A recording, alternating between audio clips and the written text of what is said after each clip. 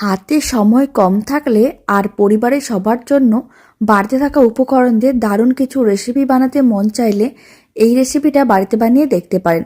খেতে ভীষণ ভালো হয়। আশা করি আপনাদেরও খুবই ভালো লাগবে।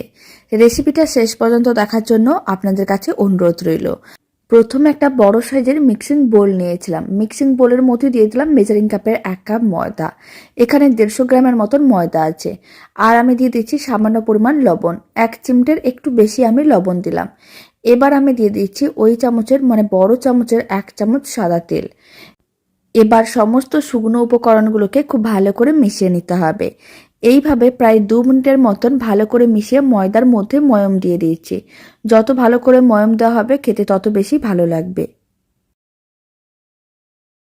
প্রায় 2 মিনিট ময়দায় খুব ভালো করে ময়ম দিয়েছিলাম। আপনারা দেখুন কিছুটা অংশ হাতের মুঠোর মধ্যে নিয়ে চেক করে নিতে হবে। যদি এরকমই দলা পাকি যায়, তারপর একটু প্রেস করলে যদি বালির মতন ভেঙে যায়, তখনই বুঝে নিতে হবে ভালো করে ময়ম দেওয়া হয়ে গেছে।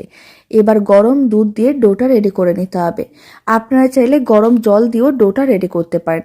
আর না হলে এইভাবে গরম দুধ দিয়েও ডোটা রেডি করলে খেতে অনেক বেশি ভালো লাগবে। জল কিংবা দুধ গরম দিয়েই মাখতে হবে, তাহলে কিন্তু ডোটা বেশ নরম করে মাখা যাবে আর বেশ নরম তুলতুলেও হবে, খেতেও ভালো লাগবে। খুব ভালো করে মেখে নিয়েছিলাম। আপনারা দেখুন ডোটা বেশ নরম। এই সময় সামান্য পরিমাণ তেল নিয়ে নিলাম। ওই বড় চামচের 4 ভাগের 1 ভাগ আমি তেল ছড়িয়ে দিলাম। খুব ভালো করে ডোটার মধ্যে মেখে নিতে হবে। এতে ডোয়ের মধ্যে যে চিটচিটে ভাবটা আছে সেটাও চলে যাবে আর হাতে মিশ্রণটা আটকে যাবে না। খুব ভালো করে তেলটাও মেখে নিয়েছিলাম। এবার এই ময়দার ডোটাকে এক সাইডে রেখে দিয়েছি। এবার আমি একটা পুর রেডি করে নেব। আর পুরটাও কিন্তু আমি ইনস্ট্যান্ট বানিয়ে নেব। খুব বেশি সময়ের প্রয়োজন পড়বে না। 1 মিনিটের মধ্যে পুরটা রেডি হয়ে যাবে। প্রথমে আমি কিছুটা পরিমাণ নারকেল কোড়া নিয়েছি, ছোট কাপের 1 কাপের মতন নারকেল কোড়া নিয়েছি। এবার আমি দিয়ে দিলাম 50 গ্রামের মতন গুঁড়ো দুধ। গুঁড়ো দুধ দিলে খেতে অনেক বেশি ভালো লাগবে। আর আমি দিয়ে দিচ্ছি কিছুটা পরিমাণ চিনি। চিনিটা আপনারা স্বাদ অনুযায়ী দিয়ে দেবেন, কম বেশিও করতে পারেন। এখানে আমি 50 গ্রাম গুঁড়ো দুধ নিয়েছিলাম, ঠিক সেইভাবে 50 গ্রামের মতন চিনি দিয়ে দিলাম। চিনির জায়গায় গুঁড়ো দিতে পারেন। খুব ভালো করে নারকেল কোড়া, গুঁড়ো দুধ আর চিনিটা মিশিয়ে নিতে হবে। আর খুব ভালো করে মিশিয়ে নেওয়ার পরে আপনারা কয়েক সেকেন্ড পরেই দেখতে পাবেন মিশ্রণটা কিন্তু বেশ চিটচিটে হয়ে যাচ্ছে, কারণ চিনিগুলো মেল্ট হওয়া শুরু করে দিচ্ছে। আর এইভাবে গুঁড়ো দুধটাও খুব ভালো করে মিশে যাবে। এরকম একটা ডোয়ে পরিণত হয়ে যাবে। পুরটা একেবারেই রেডি। এইভাবে কিছুটা করে পুর নিয়ে রেসিপিটা বানিয়ে নেব। এবার পুরটাকে এক সাইডে রেখে দিচ্ছি। আর যে ময়দাটার ডোটা রেডি করে রেখেছিলাম, সেই ময়দার ডোটাকে আর একবার খুব ভালো করে মেখে নিতে হবে। প্রায় 1 মিনিট ডোটাকে আর একবার খুব ভালো করে মেখে নেওয়ার পরে লেচি কেটে নিতে হবে। লেচিগুলোকে খুব বেশি বড় বা ছোট করে বানাচ্ছি না। লেচিগুলোকে এরকম একটু মিডিয়াম সাইজের করে বানিয়ে নিচ্ছি, লুচির থেকে একটু বড় সাইজের লেচিগুলো কাটতে হবে। খুব বেশি বড় করে চাইলে আপনারা বানাতে পারেন। যেহেতু খুব বেশি ময়দা নিইনি, তাই লেচিগুলোকেও খুব বেশি বড় করে বানাচ্ছি না। এখানে আমি মিডিয়াম সাইজের এইভাবে বেশ কয়েকটা লেচি কেটে নিলাম। তারপরে এক একটা লেচি নিতে হবে। লেচিগুলোকে নিয়ে গোল করে প্রেস করে চ্যাপ্টা করে নিতে হবে। আর একই পদ্ধতিতে সমস্ত লেচিগুলো রেডি করে নিতে হবে। লেচিগুলোকে গোল করে নিতে হবে আর একটু প্রেস করে চ্যাপ্টা করে নিতে হবে। সমস্ত লেচিগুলো রেডি করে নেওয়ার পরে এখন কিচেন স্ল্যাবের উপরে সামান্য পরিমাণ ময়দা ছড়িয়ে দিলাম। তারপর একটা লেচিকে নিয়ে নিলাম আর লেচিটাকে এইভাবে ময়দার মধ্যে খুব ভালো করে কোট করে নিতে হবে। ময়দার মধ্যে খুব ভালো করে কোট করে নেওয়ার পরে এইভাবে একটু লুচির মতন করে বেলে নিতে হবে। একটু পাতলা করেই বেলে নিতে হবে। আবার খুব বেশি পাতলা করে বেলা যাবে না, তাহলে কিন্তু ছিঁড়ে যেতে পারে। তাই এরকমই লুচির মতন করে বেলে নিতে হবে। যখন এইভাবে বেলে নেওয়া হয়ে যাবে, তখন সামান্য পরিমাণ জল নিতে হবে। জলটা খুব ভালো করে চারিদিকে ছড়িয়ে দিতে হবে।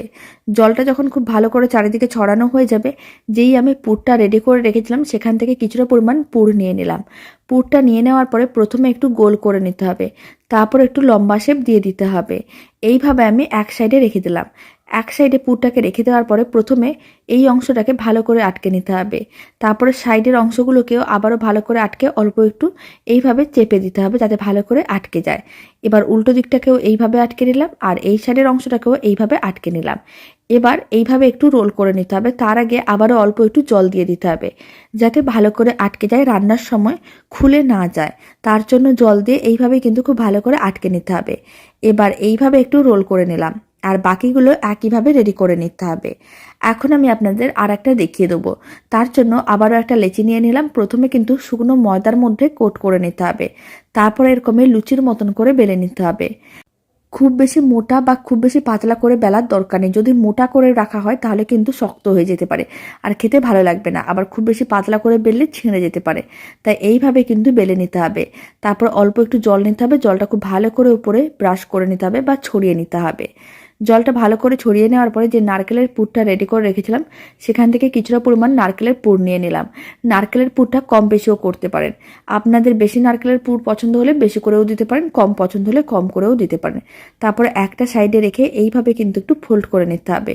তারপর দুটো সাইডকে এইভাবে ভালো করে আটকে নিতে হবে যাতে পুরটা না বাইরে বেরিয়ে আসে। তারপরে আবারও একইভাবে এই সাইডটাকে আটকে উল্টো দিকটাকেও আটকে নিতে হবে। আর এইভাবে আবারও অল্প একটু জল ব্রাশ করে নিতে হবে আর খুব ভালো করে রোলটা করে নিতে হবে। বাকি সমস্তগুলো একইভাবে রেডি করে নিয়েছি। দারুণ স্বাদের এই রেসিপিটা একদিন হলেও বাড়িতে বানিয়ে দেখতে পারেন। সমস্ত লেচিগুলোকে একইভাবে লুচির মতন করে বেলে নিয়েছিলাম। তারপরে পুরটা দিয়ে রোল করে নিয়েছি। এবার এইগুলোকে এক সাইডে রেখে দিচ্ছি।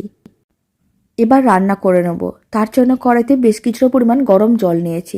জলের ওপরে একটা ছিদ্রযুক্ত পাত্র রেখে দিলাম আর ফ্লেমটা হাইতেই আছে। এবার অল্প করে একটু তেল নিতে হবে। খুব ভালো করে তেলটা ব্রাশ করে নিতে হবে। তেলটা খুব ভালো করে ব্রাশ করে নেওয়া হয়ে গেছে। এবার আমি যেগুলো রেডি করে রেখেছি সেই সমস্তগুলো এইভাবে কড়াইয়ের ওপরে বা ছিদ্রযুক্ত পাত্রটার উপরে দিয়ে দিতে হবে। আর ফ্লেমটা এই সময় মিডিয়াম টু হাইতে করে দিয়েছি। সমস্ত পিঠেগুলো ছিদ্রযুক্ত পাত্রের উপরে দিয়ে দেওয়ার পরে ঢাকনাটা বন্ধ করে দিতে হবে আর মিডিয়াম টু হাই ফ্লেমে 10 মিনিটের মতন রান্না করে নিতে হবে। তাহলেই ভালো করে সেদ্ধ হয়ে যাবে। আমি এখানে স্টিম করে পিঠেগুলো বানাচ্ছি। আপনারা চাইলে এইগুলোকে তেলেও ভেজে নিতে পারেন, তাহলে খেতে অন্যরকম লাগবে। আর এইভাবে স্টিম করেও বানিয়ে দেখতে পারেন, মানে সেদ্ধ করেও খেতে কিন্তু বেশ ভালো হয়।